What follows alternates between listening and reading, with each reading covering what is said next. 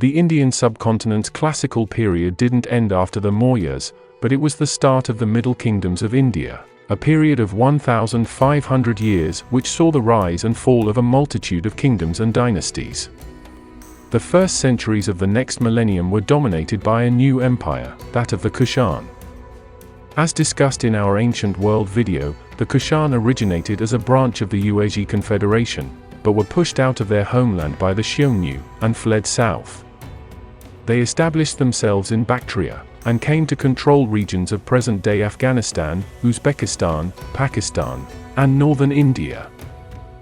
Their location was ideal, as it sat on one of the main trading routes on the Silk Road, between Rome and China, the two most powerful entities at the time. Trade between the Romans and Han had grown rapidly during this first century of the Pax Romana. The early Roman Empire was booming, and imported all kinds of items from the east, like indigo, ivory, textiles, and spices. In the 2nd century, Kanishka, under whom the Kushan Empire would reach its zenith, became a patron of Buddhism, and it eventually spread to the merchant classes. They would use their wealth to build stupas and donate to other Buddhist projects. This resulted in magnificent Buddhist monasteries, built with the finest of materials, and adorned with precious stones, quite different from the more humble style based on traditional Buddhist asceticism. The Silk Road also facilitated the diffusion of ideas. From around 150 onwards, Buddhist monks from India used these routes through the Kushan Empire, and into China. The more Buddhism reached China, the more it influenced the new Buddhist converts to make pilgrimage to India. Many of these were monks, coming to the subcontinent to visit the holy sites. With the increased interaction, new exchanges of ideas prompted development in philosophy and the sciences. It's quite possible the Buddhist writings brought back to China could have kick-started their interest in the development of printing. Merchants and missionaries would travel from the Kushan Empire through mountain trails of the Silk Road. They would have resting spots along the way, where they would leave markings honoring the Buddha. One of the most significant would be at Bamyang, in Bactria, present-day Afghanistan, where travelers would carve monumental statues of the Buddha into the cliff sides. Both of these were built after the disintegration of the Kushan dynasty, in the 500s or 600s, and have been the target of numerous attacks over the years, until they were ultimately destroyed in early 2001, under orders from the Taliban. Buddhist pilgrims from China were greeted with a very different sort of Buddhism than when it was founded. Those who wrote about the Buddha's life did so far after his death, but this only made him seem more divine. He began to be seen as the son of a deity, and was depicted as a heavenly figure in sculptures. The previous Buddhist tenet that all classes in society were equal shifted to uphold the status quo, arguing that the upper classes were closer to nirvana because of previous reincarnation cycles. This caused a split in Buddhism around the 1st century BCE, after the fall of the Mauryan Empire. Those who saw Buddhism as a way of life continued to follow the original teachings of the Buddha, a school which would come to be known as Theravada. This version mostly became popular in Southeast India and in Sri Lanka, and for over 2,000 years have preserved the Pali Canon, the largest, most complete Buddhist canon. Reformed Buddhist movements would result in a new branch, called Mahayana. Mahayana was the most popular form of Buddhism. The name itself means great vehicle. This was because Mahayana teachings were less strict than the older Theravada, allowing more people to reach enlightenment.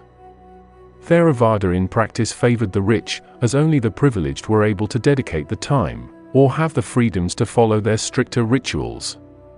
Both schools believed in the concept of a bodhisattva, a person on the path towards Buddhahood. Though able to achieve nirvana, they were driven by a great compassion, and their spirit would instead remain on earth to help others attain enlightenment, refusing to enter final nirvana until all beings have been liberated. In Mahayana Buddhism, everyone is encouraged to take this path and become a bodhisattva. One of the most famous is Avalokitesvara, a bodhisattva with 108 avatars. In Sanskrit, his name means Lord of Compassion, and in East Asian Mahayana, developed into Guanyin, who is also associated with compassion. Theravada Buddhism rejected the notion that anyone can be a bodhisattva, and it was reserved for select individuals, like Gautama Buddha himself and Maitreya, who is prophesied to be the future and final Buddha of this current universe. Theravada Buddhism also views Gautama Buddha as being born as a human, but Mahayana developed the notion that he had been divinely born. Mahayana Buddhism flourished in North India, and spread towards China, and eventually Japan and Korea, mixing with their Confucian and traditional beliefs. Though it would remain strong in East Asia, Buddhism declined rapidly on the Indian subcontinent. During the time of the Middle Kingdoms, Hinduism adopted some reforms, and grew to emphasize one's individual bhakti, or devotion, as a means to improve karma, instead of through the court rituals of the Brahmin class. Hinduism was more accessible to everyone, like Buddhism, but it also fit in with the structure of Indian society, and became the dominant religion in India during the time of the Middle Kingdoms.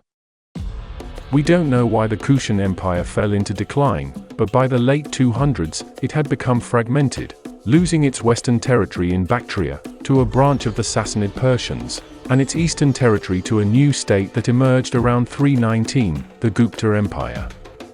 It was established by Chandragupta I of the Gupta dynasty, who extended his small Gupta kingdom into a powerful empire through his marriage to a wealthy princess. He went from Maharaja, or Great King, to Maharajadhiraja, or Great King of Kings. Like the Mauryan Empire from the ancient period, Pataliputra was the Gupta capital. Under the second Gupta emperor, Samudragupta, the empire expanded greatly, and became the hegemonic power in northern India. The empire would soon extend to the south as well, and could have exerted influence on the Pallava Empire in the Deccan Plateau. The empire reached its height under its third ruler, Chandragupta II, and so began a golden age for India and Hinduism. Buddhism also flourished, as pilgrims and monks from all over came to India to visit their holy sites. The most famous of these was Fa Xian, a Buddhist monk from China, who reached India by foot in 405, during the empire's golden age. Fa Xian reports on how the empire is such a free and fair society for the locals, and about the high quality of life offered to them. His writings, along with other monks from China, are one of our main sources for this era of Indian history. The Hindu epics of the Ramayana and Mahabharata were also canonized during this period.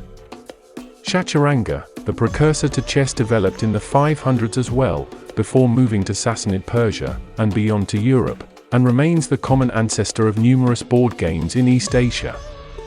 The economy in the Gupta Empire was regulated by the government. The Guptas came into much wealth, and owned land and mines with precious stones. The private sector also had a large part in commerce, as there were jati, or castes, which took care of certain industries. Copper and gold coins had been used since the ancient period, adopted from the style used in the Middle East, but cowrie shells were still the main item for trade. Even after the Gupta Empire dissolved, most transactions were done by barter.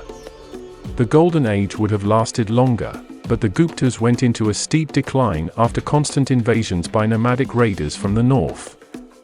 They were collectively called the Huna people, which included the White, Alkan, and Kadara Huns. The empire eventually dissolved, and northern India was left with numerous smaller warring kingdoms. After the fall of the Gupta Empire, the subcontinent was left divided. By the 700s though, the regions in the northwest would come face to face with the new force which emerged from the Arabian Peninsula, that of Islam. We had discussed early Islam's expansion before, but not its effects on the Indian subcontinent. India and the Arabs had always been in contact through the Indian Ocean trade, through merchants, not soldiers. That all changed over a piracy dispute between the Umayyad Caliph and Raja Dahir, ruler of a Brahmin dynasty in the Sindh, present-day southern Pakistan. The Umayyads invaded and conquered Sindh, marking the entrance of Islam into the subcontinent. They then went on to annex more territory to the north. Invasions would continue over the decades, but the Hindu states would successfully repel them. By this time, To the west, Iran was experiencing an intermezzo, a renaissance of Persian culture, most successfully under the Samanid Empire. By 977, Turkic Ghulam slave soldiers, similar to the Mamluks, seized power from the Samanids, establishing the Ghaznavid Empire. 2 decades later, Mahmud of Ghazni took power and began a more harsh phase of incursions into Hindu territory. He extended the empire's borders in all directions, annexing the upper Indus valleys in the process. Mahmud died in 1030, with the empire at its largest extent. The main resistance to the Ghazni Empire was a warrior class of disparate clans called the Rajputs. One of these was the Gujara Pratihara dynasty, who helped contain the invading Muslim forces, but were eventually defeated due to internal rifts. The next Persianate dynasty, the Ghurids of Eastern Iranian origin, extended control over North India, stretching the empire to Bengal in the east, reaching its largest extent around 1200.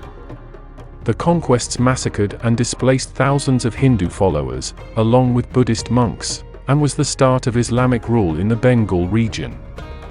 When the last Ghurid Sultan was assassinated in 1206, their territory on the subcontinent was divided between his former slave generals. One of these, Kutubuddin Aibak, founded the Mamluk dynasty of the new Delhi Sultanate. His successors in the dynasty spent the next decades overtaking the territories inherited by his peers. Once the Mongols began their expansion under Genghis Khan, and ended the powerful Abbasid Caliphate at Baghdad in 1258, they expanded into the Delhi Sultanate's lands. Threatening the capital, they delayed the Delhi forces from their incursions to the south. The Sultanate's second dynasty, the Khalji, fended off the Mongol invasions and pursued their own invasions into South India. If you recall our last megadoc, the Mauryans had managed to conquer much of India, but never the south. This region was the sphere of the Dravidian kingdoms, Tamilakam, a region ruled by the Tamil kings. The 3 most prominent were the Chera, Chola, and Pandya, known as the 3 crowned kings. Their kingdoms controlled South India for well over 1,000 years, and even expanded their influence overseas, but often warred with one another. By the time of the Delhi Sultanate, the Cheras had already declined, and the Cholas had recently been conquered by the Pandyas. They would soon decline after losing the city of Kerala in 1312, and by the 1330s, the Third Delhi dynasty, the Tughlaqs, brought the Sultanate to its greatest extent, ruling over most of the subcontinent. This was short-lived, and the Vijayanagara Empire, a Hindu state, was established by 1336, based in South India. To add to the Tughlaqs' problems, a vicious warrior and his army crossed over the Indus in 1398, raiding Delhi and massacring the inhabitants. He withdrew not long after, most likely from the deathly stench of the fallen. His atrocities rivaled those of Genghis Khan himself, which is fitting, as he is thought to be related to the famous Mongol. His name was Timur, and his conquests made him the last of the significant nomadic conquerors. Timur, known as Tamerlane in Europe, from Timur the Lame because of his injuries, was a Muslim of Turkic and Mongol descent, and came to control the Chagatai Khanate by 1370, establishing the Timurid Empire with a capital at Samarkand. During the next decades, he campaigned all over Asia, to the lands of the Mongol Golden Horde in the north, into Mesopotamia, conquering Baghdad, raiding the Mamluk Sultanate's territory in the Levant, and then further into Anatolia, defeating the Ottoman Turks. His raid into northern India was because of his disgust for Hinduism, and his hatred of the Muslim Delhi Sultanate, which he viewed as being too tolerant with their Hindu population. Timur finally died in 1405, as the most powerful ruler of the Islamic world, and also one of the most despised. His Timurid Empire would live on for another century, despite entering a period of stagnation and decline. The 4th dynasty of the Delhi Sultanate, the Sayyids, were vassals of the Timurids during the early 1400s. In 1451, the Afghan Lodi dynasty took power, and became the 5th and final dynasty. The time around the end of the medieval era, near the turn of the next century, would prove to be quite challenging for the subcontinent, as it was greeted by 2 new players. One came from the north, by land, a group of Indo-Turkic clans known as the Mughals. They were led by Babur of Kabul. The other came from the west, by sea. They were a group of Portuguese traders under Vasco da Gama. The initial mixing of Islamic and Hindu cultures was far from harmonious. Some rulers were more tolerant, allowing Hindus safe passage as long as they convert or paid a tax.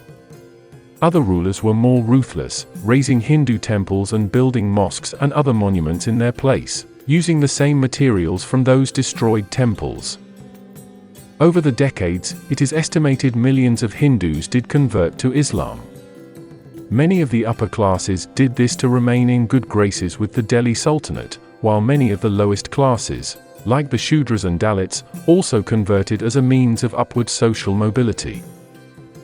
On paper, the two religions were quite different from one another. Though Hinduism does believe in a single supreme deity, like Islam, other minor deities were also worshipped. Hinduism was also more hierarchical, with a priest class, which Islam did not have. Also, Muslims had no problems killing cows or consuming beef, while in Hinduism, it was a sacred animal. Despite this, cultural exchange was inevitable. The mix of the northern Indian languages with the Persian gave rise to Hindustani, sometimes called Hindu Urdu. The Muslim tradition of purdah, or keeping women separate from everyday public life, became more common among society, especially the upper classes. The lower classes, by contrast, needed both men and women working in the fields to be able to get by. The Delhi Sultanate still conducted itself as a foreign occupying force, so the Muslim minority lived separately from the rest of the Hindu population, and most governmental positions were held by Muslims or converts.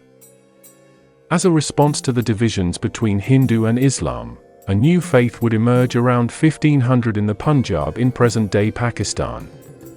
This was known as Sikhism.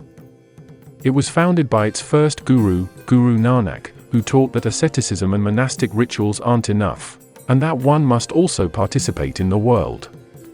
Though Sikhism is similar to Hinduism in many ways, it is a different religion entirely. They were monotheistic as well, but also rejected the notion of divine incarnation and did not participate in pilgrimages.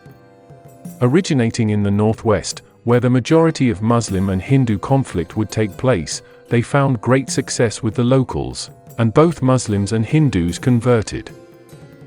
During the early modern period, they became more militant and protected many Hindus and non-Muslims from persecution. Today, it is the fifth largest religion on earth, and the predominant religion in the Punjab. Before the Delhi Sultanate, though, daily life during the Middle Kingdoms period was similar to life during the previous periods.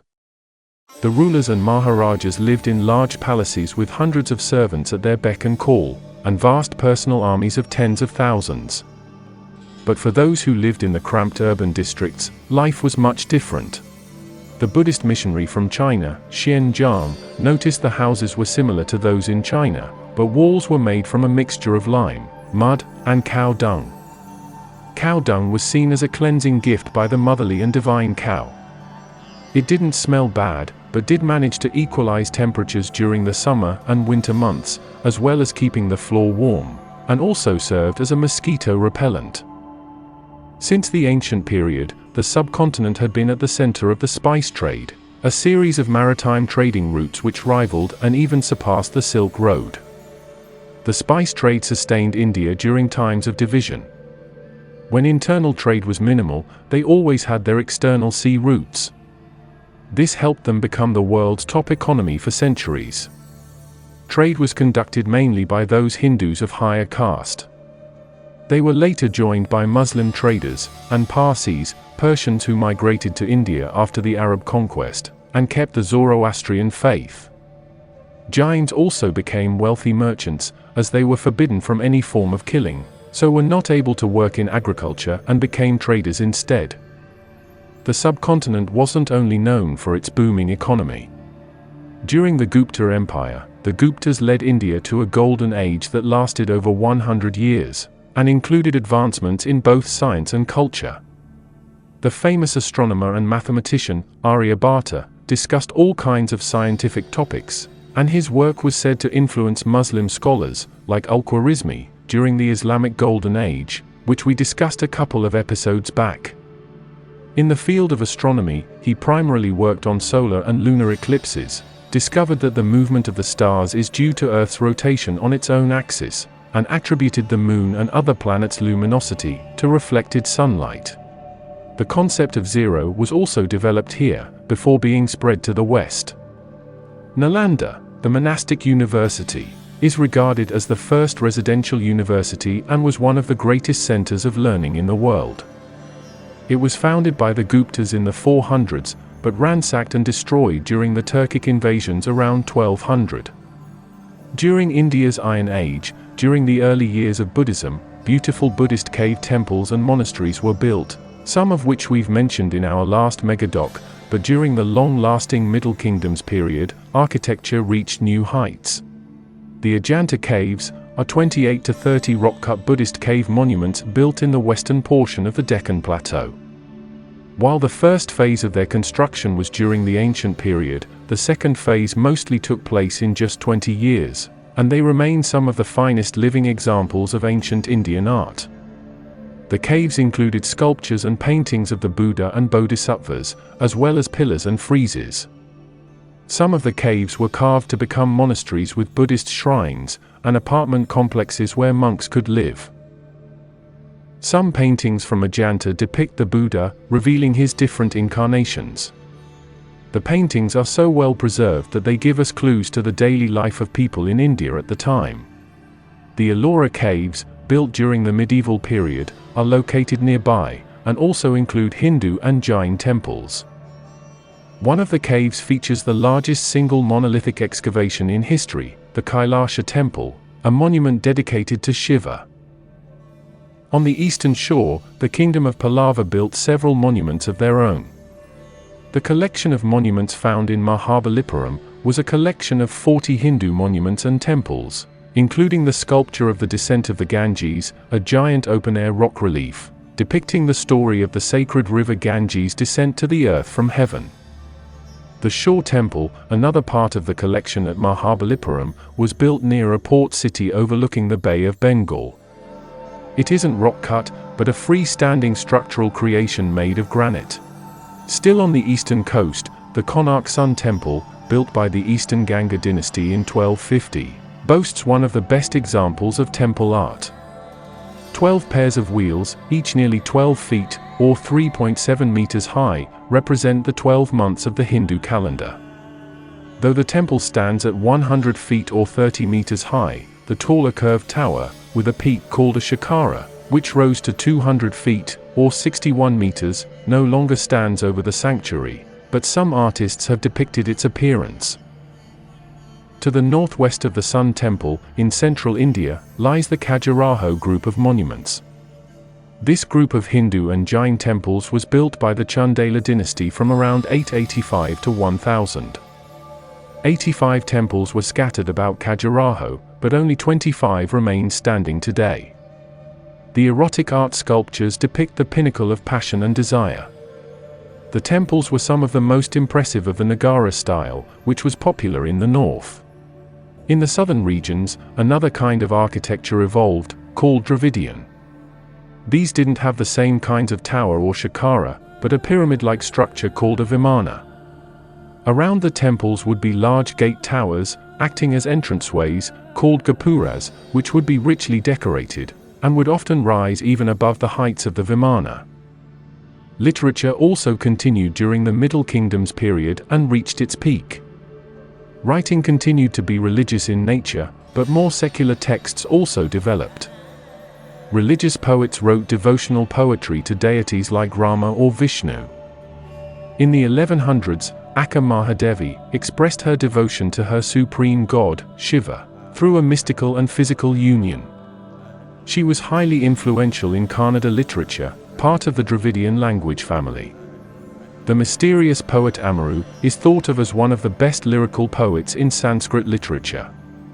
His Amaru Sataka, written in the 600s or 700s, deals with Sringara, dealing with the emotions of attraction, courtship, and desire between lovers.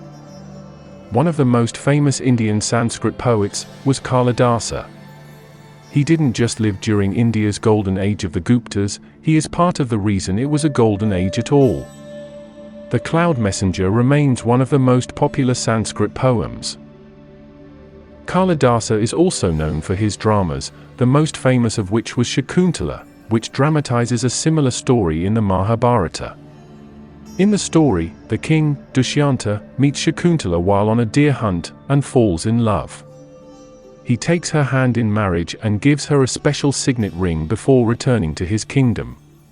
After ignoring Devasa, a mean-spirited sage, he curses Shakuntala by erasing the king's memories of her. The only way to return the king's memory is to present him with the ring. Pregnant with the king's child, she later travels to meet him, but loses the ring crossing a river. With the help of the deity Indra and a fisherman, the pair are eventually reunited after their son Bharata is born. Vatsyayana was an Indian philosopher of the Brahmin caste and also lived during the Gupta period. He is credited for composing the Kama Sutra, the Hindu text on sexuality and eroticism. Dandin, writing in the 600s to 700s, was a writer of prose romances. Dashakumara Charita is a narrative story about 10 young men, either princes or sons of ministers, telling the story of their adventures. Their tales tell of demigods, gamblers, prostitutes, ghosts, magic, and of course, beautiful women. Though some of the text has been lost, it is still regarded as groundbreaking for its time. Just to the east of the subcontinent is a region we have barely spoken, that of Southeast Asia. Located between the Hindu kingdoms to the west and the Chinese empires to the north, the region became influenced by both cultures. Geographically, Southeast Asia is comprised of two regions. First is the mainland, located here. Then the regions settled by the Malay, including the long, drooping Malay Peninsula, and the 25,000 islands of the Malay archipelago, mostly present-day Indonesia and the Philippines. The first humans to arrive here could have been as early as 60 to 65,000 years ago, migrating out of Africa. Some of them ended up on the paleocontinent called Sahul, a landmass including Australia, Papua New Guinea, Tasmania, and the Aru Islands. They were only able to arrive here because of the Ice Age, which gathered the waters into its solid form, lowering sea levels, and making travel between the landmasses easier. Once the sea levels rose again, migrations and movements became more difficult. Those who remained became the first peoples of Oceania, the two main groups being the indigenous Australians and those on New Guinea, who would be called Papuan. Evidence suggests that anywhere between 10,000 to as late as 4000 BCE, another group migrated from mainland southern China to the island of Taiwan. There, the Austronesian language family would develop. Over time, because of increasing population, they would undertake a massive migration out of Taiwan. There are numerous theories for how the Austronesians expanded, but the prevailing one is that from 3000 BCE onward, they used different sailing boats, along with outrigger canoes and catamarans, to disperse across the Indo-Pacific islands, and even eventually reached Madagascar off the coast of Africa, which we discussed last episode. Some landed on New Guinea and mixed with the Papuan peoples on the shores. These seafarers were known as Malayo-Polynesians, and their language family became quite diverse, and would come to include languages like Malay, Indonesian, and Tagalog, and groups of oceanic languages, like Polynesian and Micronesian. This Polynesian branch made it to Fiji, Samoa, and the Cook Islands by the first millennium. It took centuries more to reach Tahiti, Hawaii, and the remote Easter Island. In the early to mid-1300s, some would travel southward and reach New Zealand, making this landmass one of the last to be settled by humans. Not all Malayo-Polynesians left for the southern islands. Some would migrate further south and onto the mainland. The two most prominent would be the Malay, who came to settle on the Malay Peninsula, and those who would be called the Cham, who would settle in southern Vietnam and flourish as the Sahuin culture. Along with the Austronesians, mainland Southeast Asia would be dominated by three other major language families. The Austroasiatic language family developed here, and most notably contains the Vietnamese and Khmer, or Cambodian. The Mon people, related to the Khmer, migrated from southern China around 3000 to 2000 BCE, and were some of the first people to establish themselves around the rivers in Southeast Asia, bringing the practice of rice cultivation with them. The Irrawaddy, Salween, Mekong, and Red rivers made these regions quite wet and fertile, and many states would grow based on agriculture. The north to south mountain ranges also made each area quite isolated from the other, leading to quicker differentiation of culture. While Southeast Asia became culturally influenced by India, no Indian states or kingdoms claimed direct control over it. Their influence had spread through merchants in the 300s BCE, and later through Hindu and Buddhist missionaries. Art, architecture, and political institutions throughout Southeast Asia began to resemble Indian styles. China took a slightly different path. In 111 BCE, the Han dynasty conquered northern Vietnam and controlled it directly. It would stay this way for over 1,000 years. We will discuss Vietnam in a later episode that will focus on the East Asian states influenced by China. Soon after, to the south, the Cham, the Malayo-Polynesians who migrated back to the mainland, formed their own independent group of states, collectively called Champa, in 192. With no major rivers in their territory, they relied more on commerce, acting as intermediaries between the Indian Ocean and East Asian trade. Those to the west had access to the fertile river valleys and did thrive through agriculture. The region was called Funan by the Chinese, and by the 1st century had already had signs of Indian influence. In the 500s and 600s, it was replaced with the Austroasiatic Mon and Khmer kingdoms. The Mon states were collectively known as Dvaravati, located mostly in present-day Myanmar and central Thailand. They would be instrumental in the spread of Theravada Buddhism in Southeast Asia. The Khmer states of Chenla, a more agricultural confederation of Khmer states, lay to the east in Cambodia, and were mainly Hindu. By 802, Jayavarman II would proclaim himself universal ruler, and establish an empire here, the Khmer, or Angkorian Empire. This was the most powerful state to form in Southeast Asia at the time, and at its height was larger than the contemporary Byzantine Empire. It continued generating wealth through rice cultivation, like in the former Chenla states, and its longest-lasting capital city, Angkor, was home to the largest religious monument in the world, the temple complex of Angkor Wat. After the city was sacked by the Champa, Jayavarman VII repelled them and conquered Champa in the east, making them tributaries, before building his new capital, Angkor Thom, in the late 1100s. Under this king, the Khmer achieved their golden era, with Jayavarman building hospitals, temples, and rest houses, and offering free services for his subjects to keep them physically and spiritually healthy. But in 1431, Angkor Thom was destroyed by yet another migrating people, forcing the Cambodians to flee and establish Phnom Penh as the new capital. The sack of Angkor Thom was headed by a group originating in southern China. They were the Thai people, part of the Kra-Dai language family, who migrated into the region earlier. They set up their Buddhist Ayutthaya kingdom, or Kingdom of Siam, in 1351, which laid the foundation of present-day Thailand. In the early modern period, the Ayutthaya would build a commemorative Buddhist temple, called Wat Chai Watan Aram, filled with hidden entranceways, where the king would perform religious ceremonies. Prior to all this, in the 600s to 800s, the fourth of the major Southeast Asian mainlanders came to settle in the westernmost region, present-day Myanmar, and would be known as the Burma, a Burmese-speaking people. Burmese was part of the Sino-Tibetan language family, the same as the Chinese languages, although a different branch called Tibeto-Burman. They migrated from the Tibetan highlands and settled around the Irrawaddy and Salween rivers, thriving through agriculture. In 849, they founded the first Burmese state in the region, the Kingdom of Pagan. By the mid-1050s, the king established the Pagan Empire after consolidating more land occupied by the Mon and absorbing them. The Pagan were a Theravada Buddhist state and were also influential in its spread in Southeast Asia. Though Pagan was a powerful empire, it was weakened in the late medieval period by the Mongols, and the neighboring Thai occupied some of their most important eastern lands. In the Malay Peninsula and Southeast Asian archipelago where the Malayo-Polynesian spread, states would grow more through commerce than agriculture.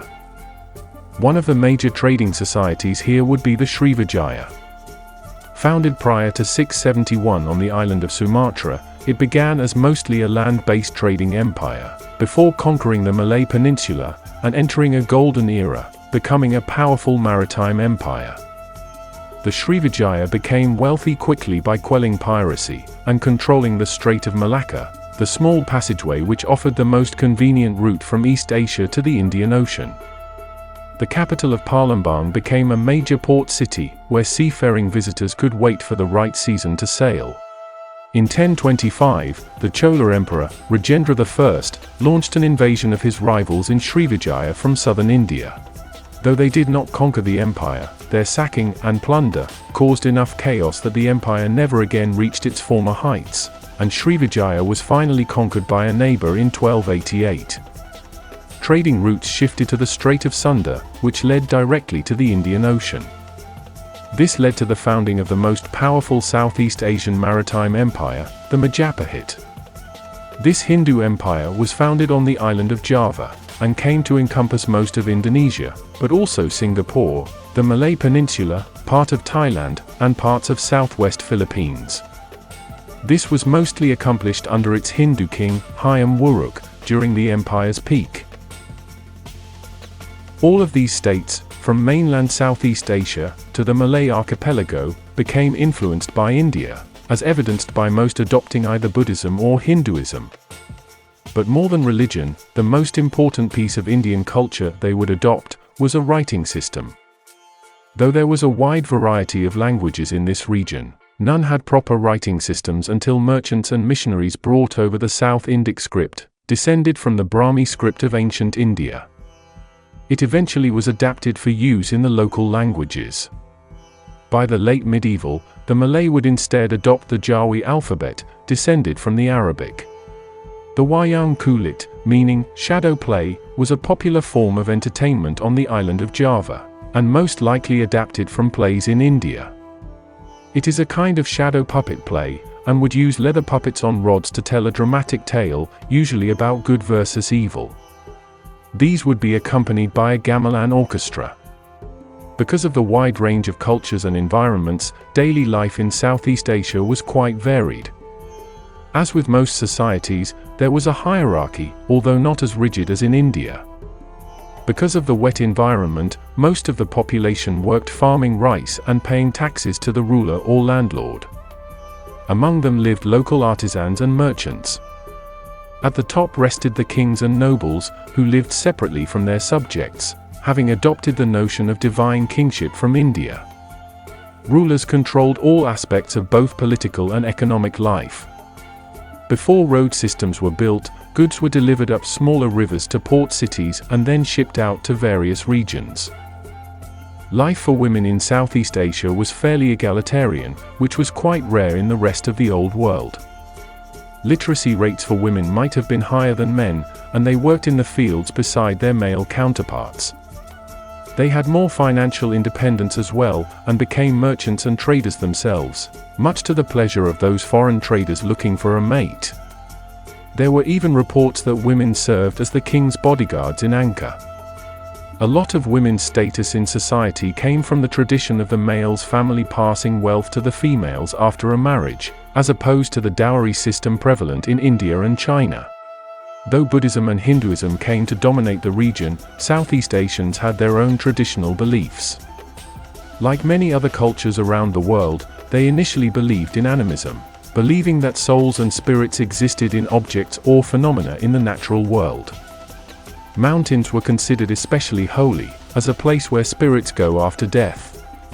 Once Hinduism and Buddhism entered the southeast, local rulers would adopt them as a means of legitimacy, but most integrated them with their native beliefs. Theravada Buddhism flourished under the Mon peoples, but would decline after the Hindu Khmer Empire became the mainland hegemon. In Khmer Angkor, rulers adopted Vaishnavism, a Hindu denomination that viewed Vishnu as the supreme deity. They would commission the building of temples, which would initially help the kingdom to prosper. These temples would become wildly influential and amass vast sums of wealth, none of which was taxed back to the king. It is estimated Angkor could have had 300,000 priests at its height. Around the year 1000, a Buddhist revival would begin with the Burmese Pagan Empire. From there, it spread to many other regions of mainland Southeast Asia, and eventually the Khmer Empire would become Buddhist as well.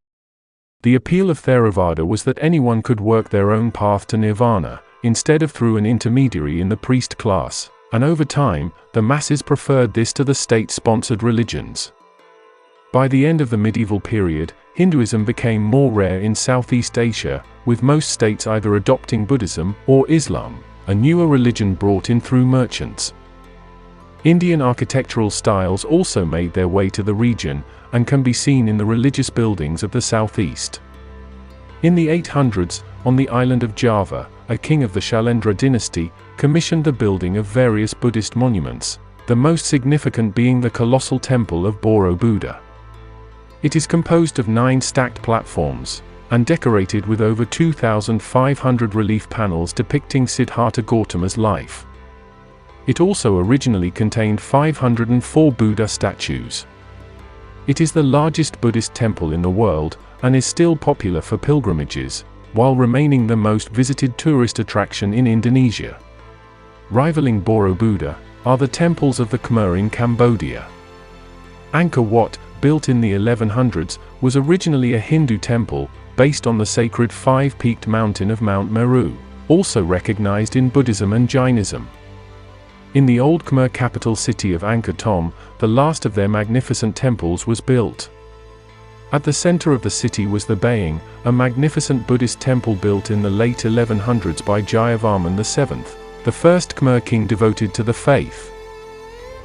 The Baying is covered in mysterious smiling faces, thought to be either the Bodhisattva of compassion, searching for those in need, or the face of the king himself. Soon after this was built, Theravada Buddhism became more prominent in the region, and brought in a newer kind of architecture involving a stupa and spire. The most prominent of these was the Shwedagon Pagoda, built in the 1300s. The gilded edifice is the most sacred pagoda in Myanmar, and is believed to contain the relics, including a staff, robe, and strands of hair, of the last 4 Buddhas of our current universe.